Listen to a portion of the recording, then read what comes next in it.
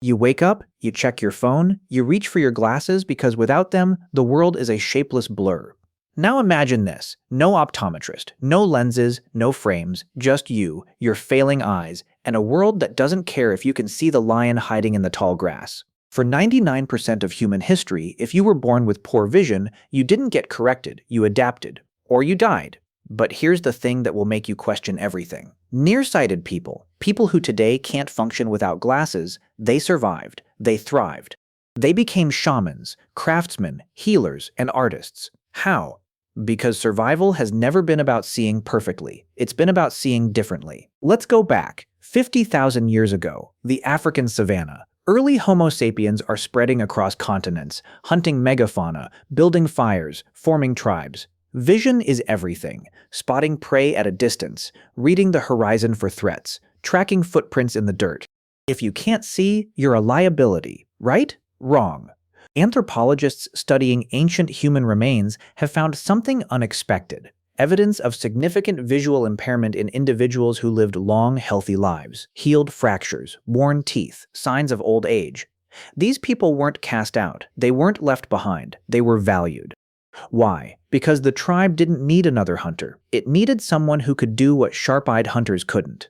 Nearsighted people see the world up close with stunning clarity. While a far-sighted hunter scans the plains, the nearsighted craftsman sees the fine grain of wood, the intricate pattern of a leaf, the tiny fracture in a stone that reveals where to strike. They became the tool makers, the painters, the ones who could work leather, carve bone, weave fibers into rope. They saw details the rest of the tribe missed.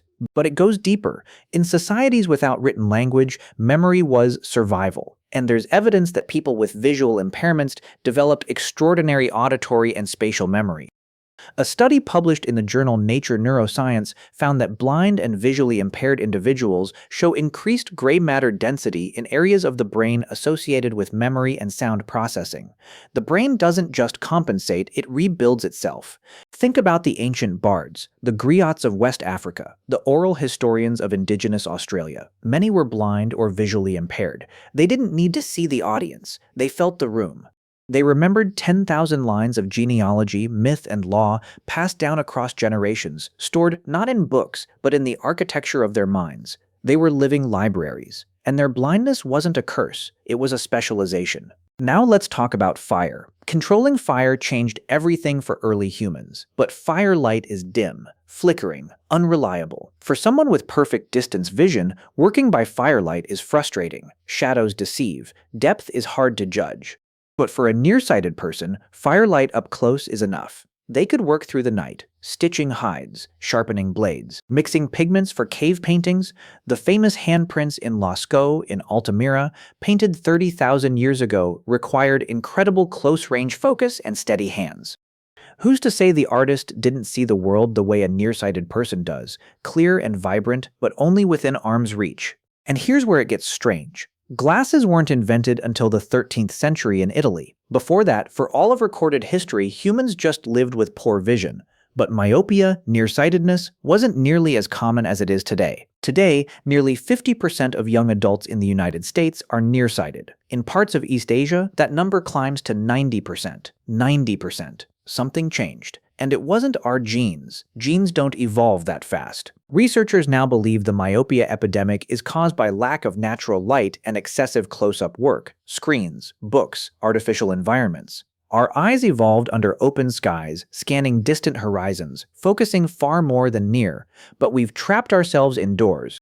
We've turned our gaze inward, and our eyes are reshaping themselves in response, elongating, blurring distance, sharpening the near. We're engineering our own blindness. Ancient humans didn't have this problem. Even those born nearsighted had spent their childhoods outdoors, bathed in sunlight, watching the sky, the trees, the movement of animals. Their myopia was genetic, not environmental, and crucially, it was rare enough to be useful, a trait, not a plague. But here's the final twist, the most haunting one. We've built a world where everyone can see perfectly, but almost no one notices what's right in front of them. The nearsighted craftsmen of the Paleolithic had no choice but to pay attention. Every fiber, every edge, every shadow mattered. Today, we see in high definition, but we scroll past it. We correct our vision, but we close our eyes. There's a reason ancient cultures revered the blind prophet. Tiresias, Homer, the seer who, deprived of outer sight, could see the truth others missed. Maybe they understood something we've forgotten. That sight is not the same as vision. That clarity is not the same as understanding. So the next time you put on your glasses, ask yourself, what did we lose when we learned to see perfectly? And what are we still blind to even now?